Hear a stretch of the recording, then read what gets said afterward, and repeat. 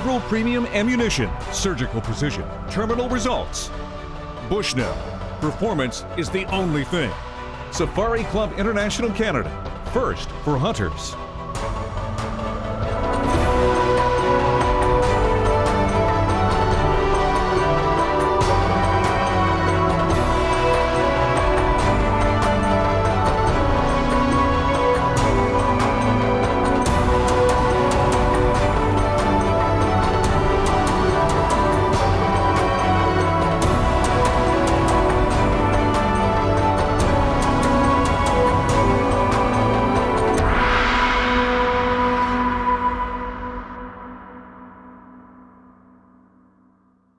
Hi folks, thanks for joining us here at Federal's Trigger Effect. Back due to popular demand, we're going to do another gopher shoot this year. Last year it was one of our most popular episodes. We're here at our cameraman's property. He's a cattle rancher here in Manitoba, and he says, I got a little gopher problem. You guys need to help me out. And we're more than happy to oblige. Yeah. However, we're also going to change it up. Last year, Kent, you and I talked about how gopher was kind of the way that we got started. For me, it was grouse in BC. Yeah. But usually our episodes are so busy, we never have a chance to answer some fans' questions. And that's what we're going to do in this episode in between the shoot, is we're going to answer some fans' questions that we get from our website and email. You bet. So let's get knocking down some gophers, and we'll get to those questions.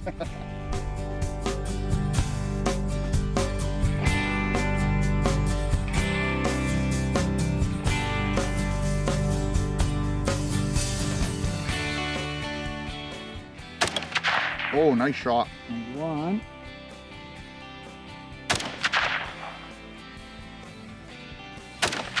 Oh, another nice Two. shot. Well, you know what, bud? This is a great time for me to give you one of the questions. All right, let me just put the gun on safe. There we go. So anyways, this one came in by email, and it was a fan of ours from Saskatchewan. And he said, you know, Dean and Kent, you guys do a lot of traveling international. What do you do with the meat? Well, anywhere where we travel where we can actually bring the meat home, we always bring our meat home. We love to share it with our family and our friends, and that's what we eat throughout the year. On some of the international trips where it's not feasible to bring it home because of air travel, we usually make arrangements with the outfitter or whoever we're hunting with first to either donate it to a church or a soup kitchen or to their family and friends. But all the meat from everything we shoot is used and spread out amongst the hunting community. Yeah, it's, I mean, let's face it, even though we're hunters, Yeah, we do this for the main reason of eating meat.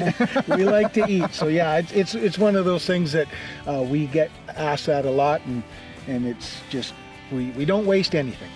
Well, when you're answering that, I saw about 300 gophers running around, so let's do some more shooting. Let's get at her.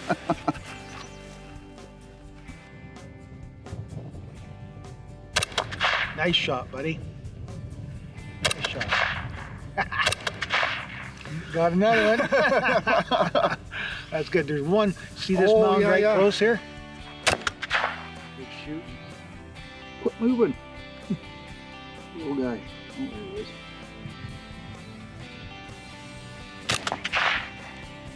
He down. Yep. There's another one to the left in the middle. Okay, yep. He down. Wow. Unbelievable. Yeah, there is a ton of gophers here. Isn't there? There is a lot. Okay, Dean. Question for you. Yep. From a viewer. What is your favorite caliber for big game hunting, and what big game species do you hunt with that caliber?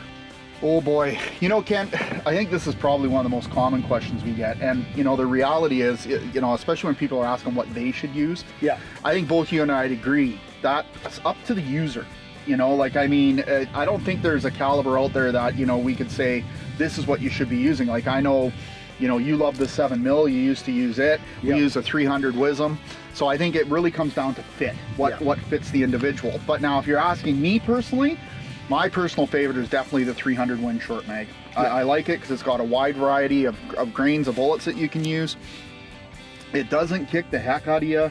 You know, the ballistics on it is amazing. And for as far as what have I used it on, well, literally you could probably watch the last 10 years of our show because the majority of it was shot with a 300 Wisdom. Yeah, that's for sure. So That's a great question, great answer. Let's get back to some gophers. Sounds good.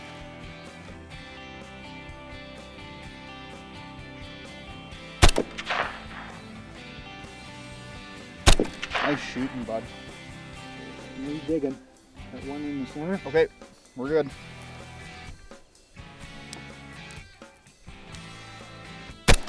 Nice shot. Oh yeah, to the right of where that one's kicking. Yep. And see the head sticking up here. Okay. Eating grass. I think I clipped him. Yeah. Oh yeah, he's swimming. Yep, we're on him. Oh yeah. Nice. Boy, I tell you, that sun comes out and they just start moving, don't they? They really do. Yeah. Good shooting, Eddie.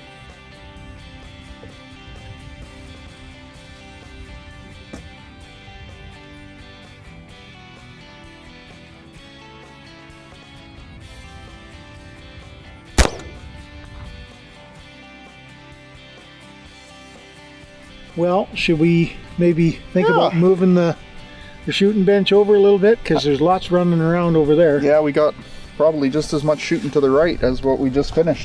Right on, brother. Sounds good.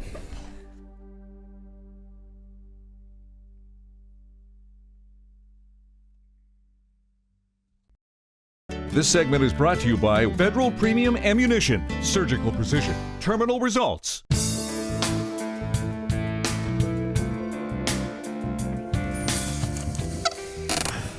Well, we've moved the bench to a new location, and as you can see, there's plenty of gophers behind us.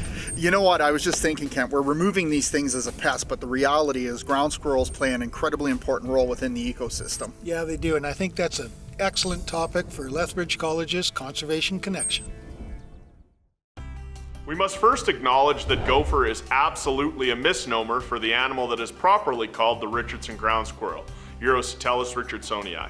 The Richardson ground squirrel is not even in the family that includes other rodents called gophers, but rather the squirrel family, Sciuridae. The Richardson ground squirrel is a native prairie species that plays an important role in grassland ecosystems. It's key to remember that the lower down a species is on the food chain, the more important it is to the ecosystem. Their burrows create protected habitat for other prairie dwellers such as burrowing owls, salamanders, and bumblebees. Although they're a bit of a lazy participant in the ecology of the prairie, as Richardson ground squirrels sleep for 10 to 12 hours a day during the months they are active and still spend more than half their life in hibernation. The ground squirrel's range is vast, not only in the prairies of Canada, but throughout most continents in the world. While active, Richardson ground squirrels are predominantly herbivores, eating various plants and seeds. They sometimes eat insects like grasshoppers, and occasionally eat easily obtainable meat, such as eggs, roadkill, or their recently fallen relatives, as many a kid with a .22 has watched in horror. Then, as secondary producers, Richardson ground squirrels make energy gained through their diet available to their predators, including predominantly North American badgers, long-tailed weasels, and Swainson's hawks. Some other predators of Richardson ground squirrels are coyotes, red-tailed hawks, and prairie rattlesnakes. Ground squirrels are prolific breeders. As you can see in this episode, there's babies running around everywhere. Kent and I are out here to reduce the population but not eliminating it, because we all know that ground squirrels play an incredibly important part in the ecosystem here in Canada and throughout the world. So despite the frustration that comes with agricultural, industrial, or residential activity alongside them, we must remember that Richardson ground squirrels are integral members of the prairie ecosystems. You just can't gopher a walk on the grassland and not appreciate the biodiversity below, on, or above the Earth's surface that surrounds an intact Richardson ground squirrel colony. Nice shot, buddy. This is our third location. And Third location, and I mean, they are stacked up yeah, here. they're just everywhere. Well, why don't you take those ones there, bud? Let's see if you can get a triple again. We'll give it a shot. Actually, you might be able to get a double in one shot there. Yeah, they're kind of grouped together, aren't they? Oh, I had two of them on there. There's actually four there. There's another one to the left. Oh, shoot. I was getting greedy. I was going to try and do... Oh, he down.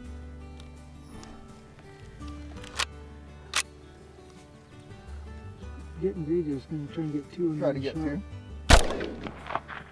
Yep, that one's down. That one's definitely down. Now just raise your scope slowly and look in behind, and you'll see him right there. Okay, yeah. You got him? Yeah. There's so many rocks. Looks like a Are fairly good. you recording on him? Yep, yeah, he's recording. That's him. Yeah. I'm sorry, man. I could not see him.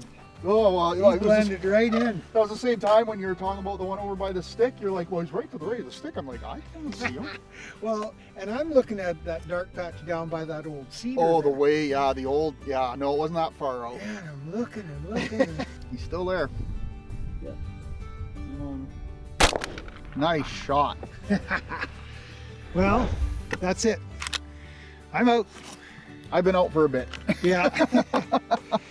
Well, I tell you what, Dean, this has been a lot of fun. We've been helping out our cameraman on his ranch here, getting rid of some of his pest gophers, and I think it's been a good day so far. Yeah, I mean, I'm kind of spent. I'd like to go home, grab something to eat, and besides, we have to call it quits because we're out of peanuts. We're out of peanuts. We'll go get some more peanuts for tomorrow. We'll be back here tomorrow. So, good Sounds job, good. buddy.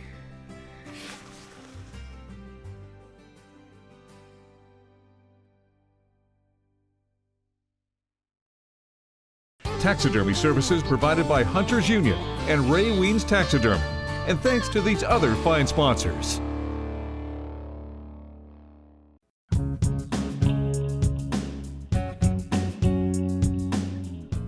Well, bud, day 2.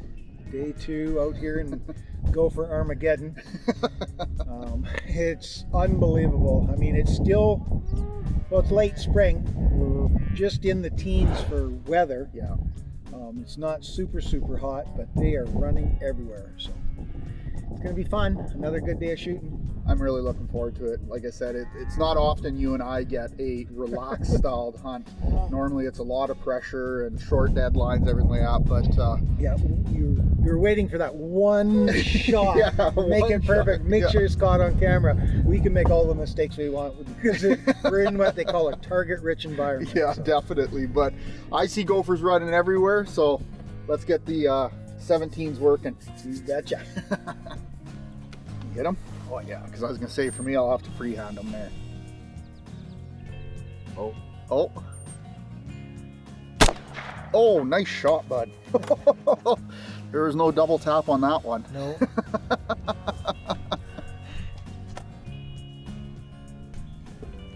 Let's see.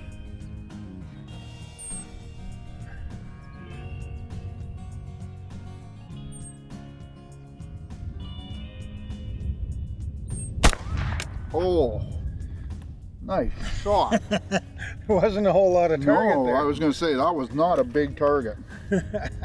Wow, that was good shooting, bud. Holy crow. So Kent, this is one, and it's gonna be a little bit controversial, but it came from a viewer out in Nova Scotia, and they asked, do you feel, or what do you feel is a negative component of social media to the hunting industry? Yeah, well, this will probably stir up more fan mail. This question and probably my answer more so than anything. Social media has its benefits, obviously. But you and I've seen this 1,000 times. A young beginner hunter shoots a little basket buck. He's proud. We all know what that feeling's like when we first get our first buck ever. Puts his picture up there, and some keyboard warrior that can defend himself by sitting behind his computer has negative comments. Should have let it grow up. Why did you shoot such a small buck? You know, and can really be detrimental to that young hunter's thoughts. They could think that they did something wrong, which they didn't. As long as it was harvested legally, it's fine. We see that all the time. Recently, I shot a bear of a lifetime. Yeah. And there was people questioning me on my ethics on how we took the picture and thought it was photoshopped and stuff like that. It's like, I have no reason to lie. Yeah. I have no reason to brag. Yeah. I mean, this was, and it takes away from the true feeling that you get from hunting. Yeah. And so that I find can be very negative. But as hunters, we all have to band together and stick with one another, you know, and stop picking each other apart. Yeah, definitely. So that, I would say, would probably be the worst social media part. I agree. Nice shot, buddy. Just over him. Well, you got two. Good shooting.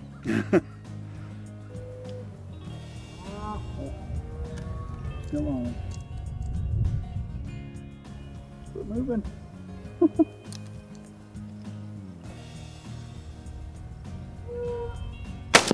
Nice shot, buddy.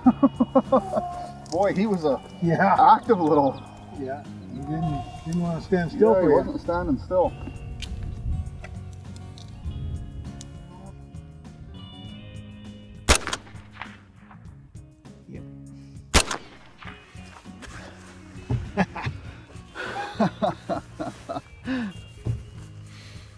Pretty good shooting. He had like a big stick of grass or something in his mouth. Yeah.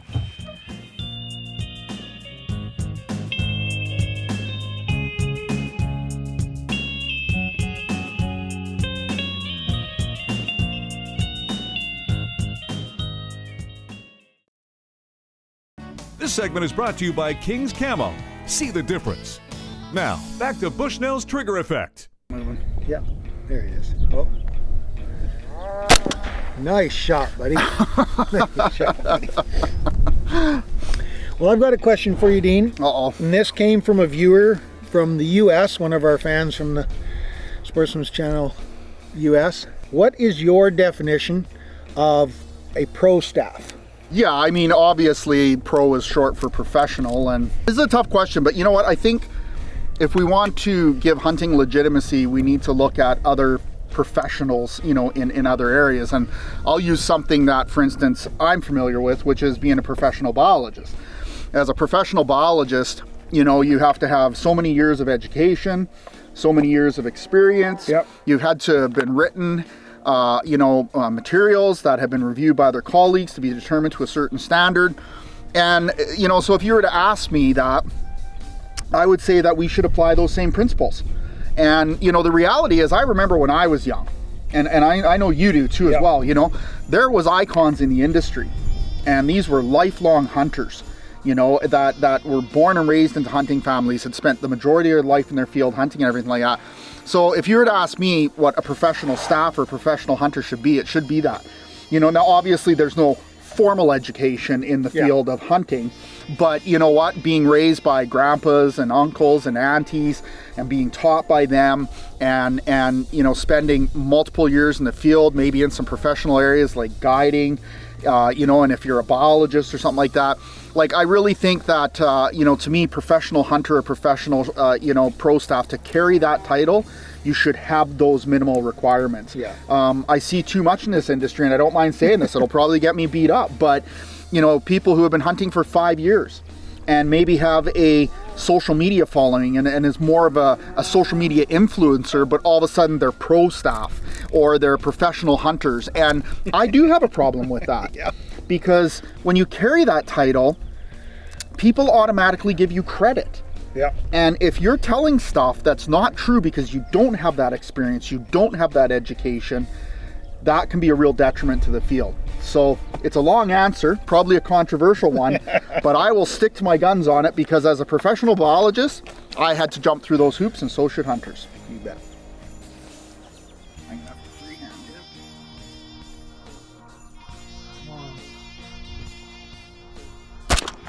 Nice shot, buddy.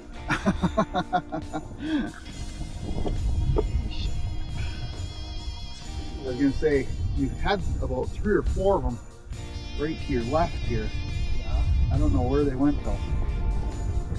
Well, they're still there. I can see their backs now. They're not out very far. They're like maybe 15 yards at best. Oh yeah. About 3 or 4 of them right there. Yeah. Family group right there. Yeah.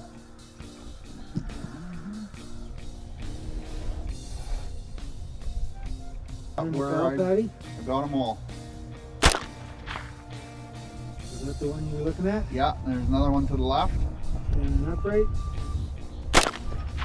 Now laying flat, Yeah, there should be another one in there. right there. That would be it. Not all three. You dumped him right off the screen. I could just see his back, so I shot into the grass a little bit. Yeah. Yeah. Yeah, it was funny. I could see him there, and all of a sudden he was out of the screen. That's awesome. That's awesome. Well, Dean, I'm sure glad you made it out for another gopher shoot here in Manitoba. It's always a ton of fun doing this, and you know what? I think we should do it an annual thing, even if we don't record it. Yeah, you know what? It's just so much fun to do that. So, you know, I want to thank you for coming out. Dean and I want to thank all our sponsors for making this happen. We want to thank you, the viewers, for watching.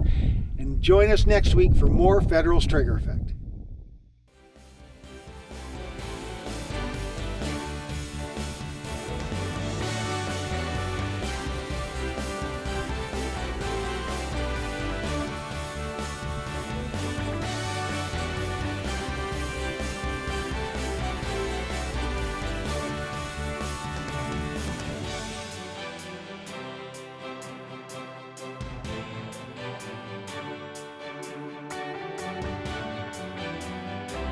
This has been a Thunder Boys production.